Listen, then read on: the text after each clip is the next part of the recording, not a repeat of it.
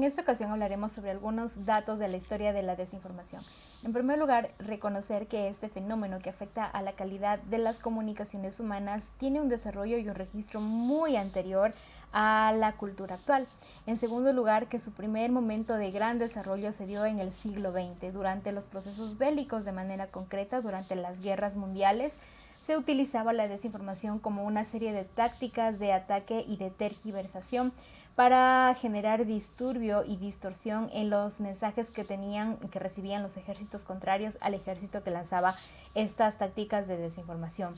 Principalmente la desinformación se empezó a conocer en el siglo XX como una teoría de conspiración, dado que estaba generada para crear confusión en las personas.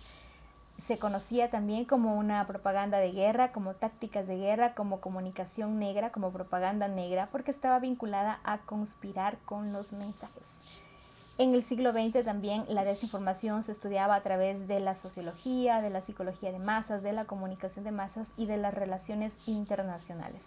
Ya asentados en el siglo XXI, en cambio, la desinformación se empezó a estudiar a partir de la comunicación política, de la comunicación digital, de las comunicaciones virtuales, de la comunicación en general. Y esto porque la desinformación ha tenido mayor apogeo cuando las campañas electorales comenzaron a tomar fuerza en las redes sociales, virtuales, digitales.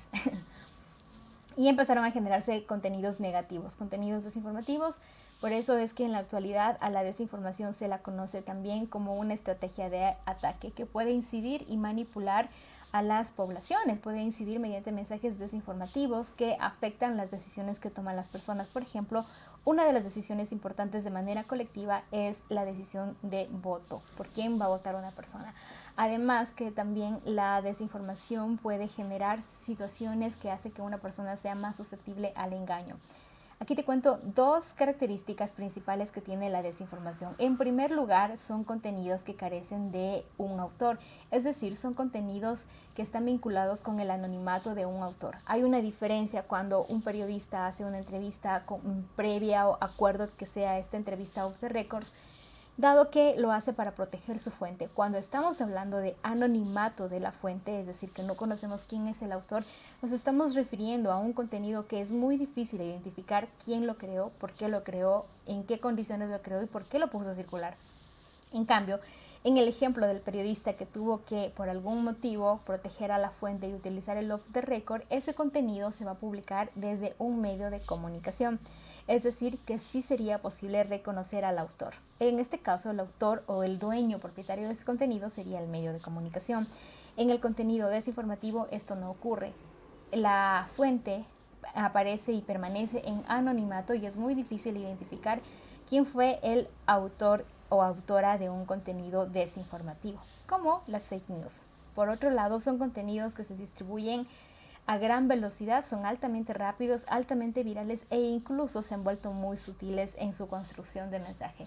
Con la era de la comunicación digital, la desinformación tiene múltiples formas para crearse, ya sea en audio, en meme, como noticia, como un link, como una infografía, como una deepfake, que son estos videos que hacen decir a las personas cosas que en realidad no las estaban diciendo. Por eso la sutileza de la desinformación es tal que puede confundirnos a cualquier persona.